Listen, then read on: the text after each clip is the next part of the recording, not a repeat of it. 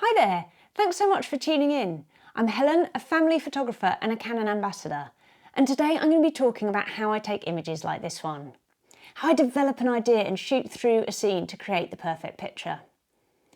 We're going to look at the images I took before and after, and I'll explain how my thought process worked while I made this picture. So to set the scene, I was photographing the family playing a board game on a very wet winter morning. We were playing Pictionary and I was losing. I couldn't see the obvious connection between a sword and a fish. And then Edward, the little boy, decided he wanted to play a different game. He wants to land his Lego plane in his Lego city at night. So he goes to switch off all the lights.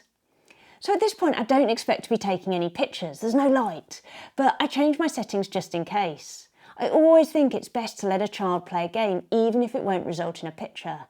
Games can often be played quickly and we can move on, but saying no seems a quick way to lose cooperation for the rest of the day. So I put my ISO up to 8000, we're on f1.4 and 160th. And then I notice there's some light. So Edward had given his daddy a torch to be the landing lights for the plane, and this had provided some great light on his face. But more importantly, it created this amazing shadow on the ceiling. So I'm really excited.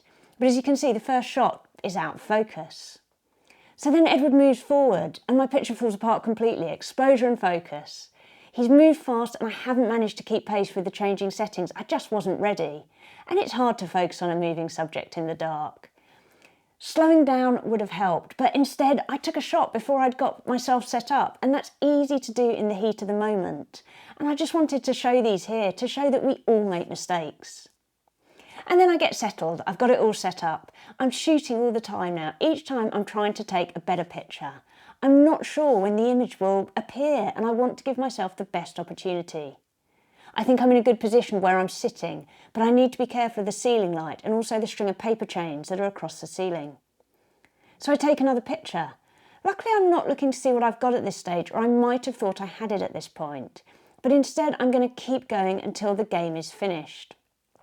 Because this is a nice picture, but in hindsight it's not as good. There isn't enough definition on the plane in his hand and the expression isn't quite right.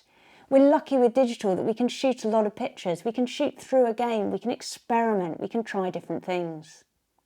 Here Edward looks back and I really like this one. It's a shame about the light in the top corner, but we could deal with that in post-production. I'm not a purist and I can happily Photoshop out a distraction in the corner. And then forward, we're almost there, except the plane isn't quite in the spotlight. And finally we have it. We've got the shot. ISO 8000, f1.4 at 160th of a second, and I can print really big from this. It's shot on the Canon 1DX Mark II with the 35mm f1.4L Mark II lens. It's a great file. And then I shoot it out. A last few shots as Edward finishes his game. We switch on the light and we're back to playing Pictionary. So what have we learnt from this? Firstly, always be open to opportunities. We never know when the possibility of a shot is going to turn up. And then take pictures, take them with intent. I consider my raw files as sketches. I'll always work through an image to find the final picture. I'll be trying, moving, tweaking, changing and trying again. Each change is an attempt to improve the final image. I usually find that if I'm working through an image that the best one will probably be about 3/4 of the way through. I build up to the shot and then I take a few extras once I think I've got it, just to be sure. There's no harm in taking lots of pictures as long as you know why you're doing it. Always shoot with intent. And so that's how I build a picture when I'm on a photo shoot. I hope that by breaking it down, showing you the pictures before and after, and also showing the ones that messed up, that this will fill you with enthusiasm to go out and create something of your own today. Do leave me a comment below, let me know what you think, or connect with me on Instagram and let me know how you get on. I'd love to see the pictures that you take. Thanks so much for watching. I do hope it's been useful and I hope to see you again next time. Thank you.